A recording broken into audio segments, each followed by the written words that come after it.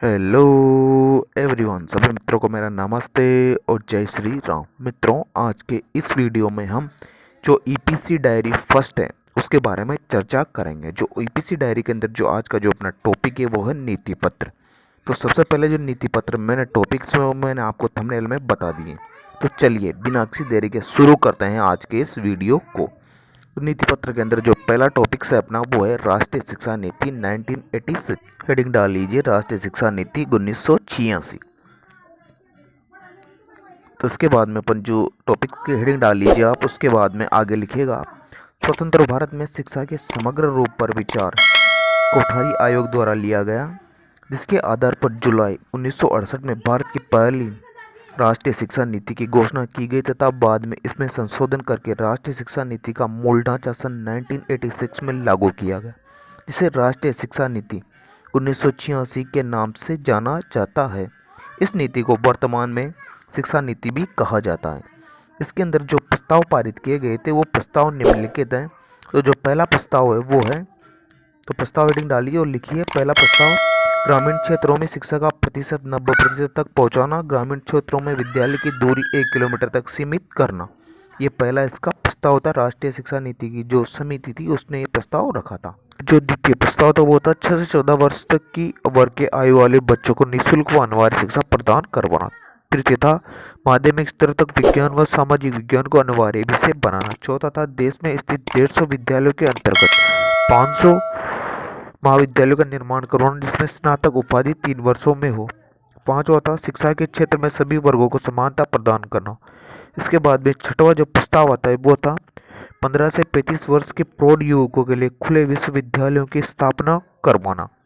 इसके पश्चात में जो सातवां प्रस्ताव जो शिक्षा समिति उसने रखा था वो सातवां प्रस्ताव था शिक्षा नीति में शिक्षकों के लिए प्रशिक्षणों का प्रावधान दिया गया।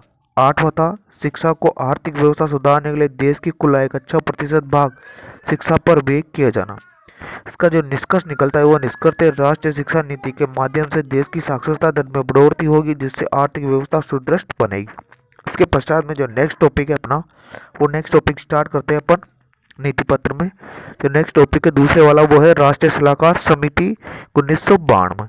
ये अपना जो द्वितीय टॉपिक्स था नीति पत्र के अंदर वो था राष्ट्रीय सलाहकार समिति 1992 में। लिखेंगे आप इसमें छात्रों पर शैक्षिक भार की समस्या के संबंध में नए सिरे से विचार करने के उद्देश्य से भारत सरकार के मानव संसाधन विकास मंत्रालय द्वारा मार्च 1992 में एक राष्ट्रीय सलाहकार समिति का गठन किया गया, जिसके अध्यक्षपाल थे।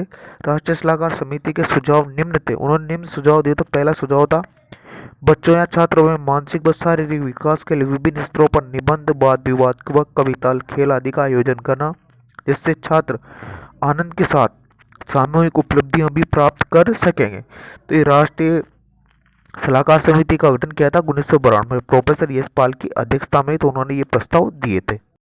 इसके पश्चात जो द्वितीय प्रस्ताव था वो था पाठ्य पुस्तक निर्माण एवं पाठ्य पुस्तक निर्माण की सलाह देना। तीसरा था पाठ्य पुस्तक निर्माण की संस्कृति में परिवर्तन किया जाना चाहिए, इसलिए सभी संस्कृति के शिक्षणों को पाठ्य मंडल में शामिल किया जाए। चौथा प्रस्ताव था समिति के द्वारा सिफारिश की गई कि केंद्रीय बोर्ड और केंद्रीय व नवोदय विद्यालयों तक सीमित रखा जाए, अन्य सभी विद्यालय राज्य बोर्ड को दे दिए जावे।